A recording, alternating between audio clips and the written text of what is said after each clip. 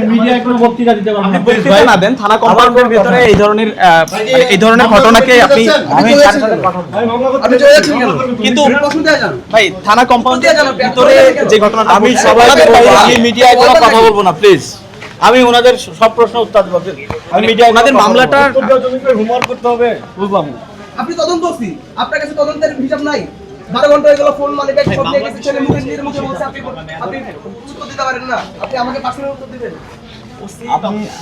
মামলার ব্যাপারে আপনি একটু জানতে চাচ্ছি, আপডেট কি মামলাকে তারা নিতে পারতেছেন কি পারতেছেন? আমি কি আপনার মিডিয়ায় কথা বলবো এই কথা আমি বলছি আপনাকে? বলি নাই, তাহলে আপনি কেন ভিডিও করলেন? আচ্ছা, ভিডিও করতেছিলেন, আমি ভিডিও দিব, আমি করতেছিলেন। আমি আমি আমি না না না না থানা কম্পাউন্ডের ভিতরে যদি কেউ এসে এইভাবে মারধর করে রেখে যায়, সেটা সেটা নিশ্চয়ই স্বাভাবিক কোনো ঘটনা না। এবং সেটাকে আপনারা কিভাবে দেখছেন? সোপর্দ তো করে নাই ভাই, জেলে মানে থানার সামনে ফেলে রেখে গেছে অর্ধমৃত লাশ। কোনো কিছু কি আপনারা ভিতরে বানাইছেন কিনা? আচ্ছা, এখন মামলা করার জন্য কি করতে হবে সেটা আমাদের এই প্রসেস দেখায়, আমরা মামলা করব।